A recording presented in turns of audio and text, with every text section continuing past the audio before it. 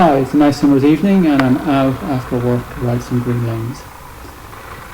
In fact, it's not this lane that I really wanted to ride. I'm using this to get to another one I want to check what its condition is like.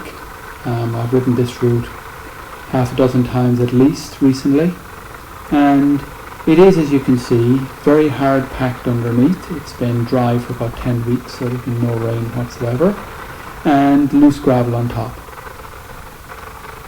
It's not bad. It's just, you need to pay a little bit of attention to it, and I think we're going to find out that I wasn't paying the attention I should have been when this is what happened.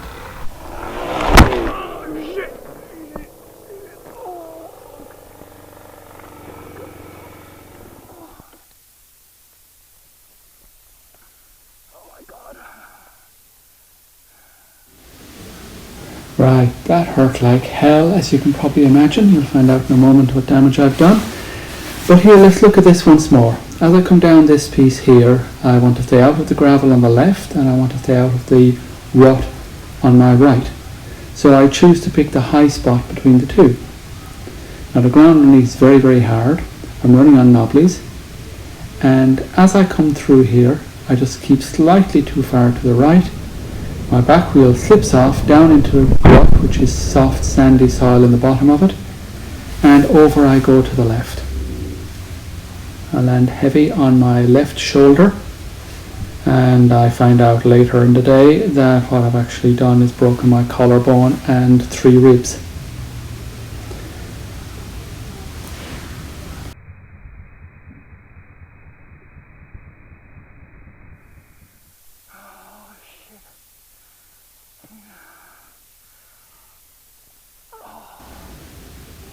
Okay, it's time to sort myself out, and I'm still wondering a little bit at this stage what's just happened and why. I'm soon to work that out.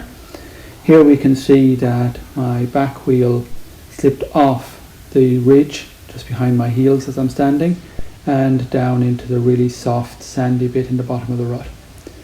You can see where the tire has been spinning, so it's giving me no traction. That was on the video a moment ago when you heard the back wheel, you heard the revs go up as the back wheel spun. Right, I now am working out how to get my gear off, and trust me, my shoulder hurts like hell. And time to turn the ignition of the bike off because I'm not going anywhere for a while.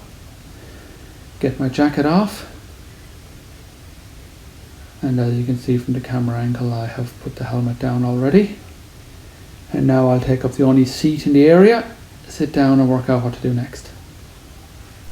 Yeah. Check it over, but the collarbone's nicely broken, I can feel that. And now I'm just thinking about where I am and how to get out of here. So now's the time when you need a good mate.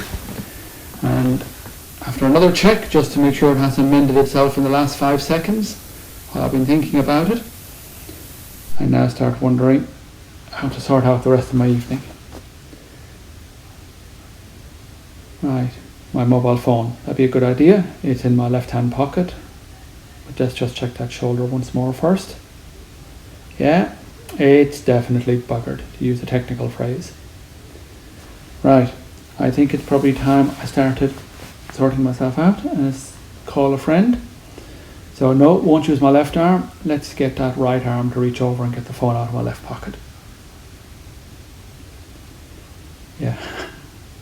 So even commenting on this now, I can still feel the pain.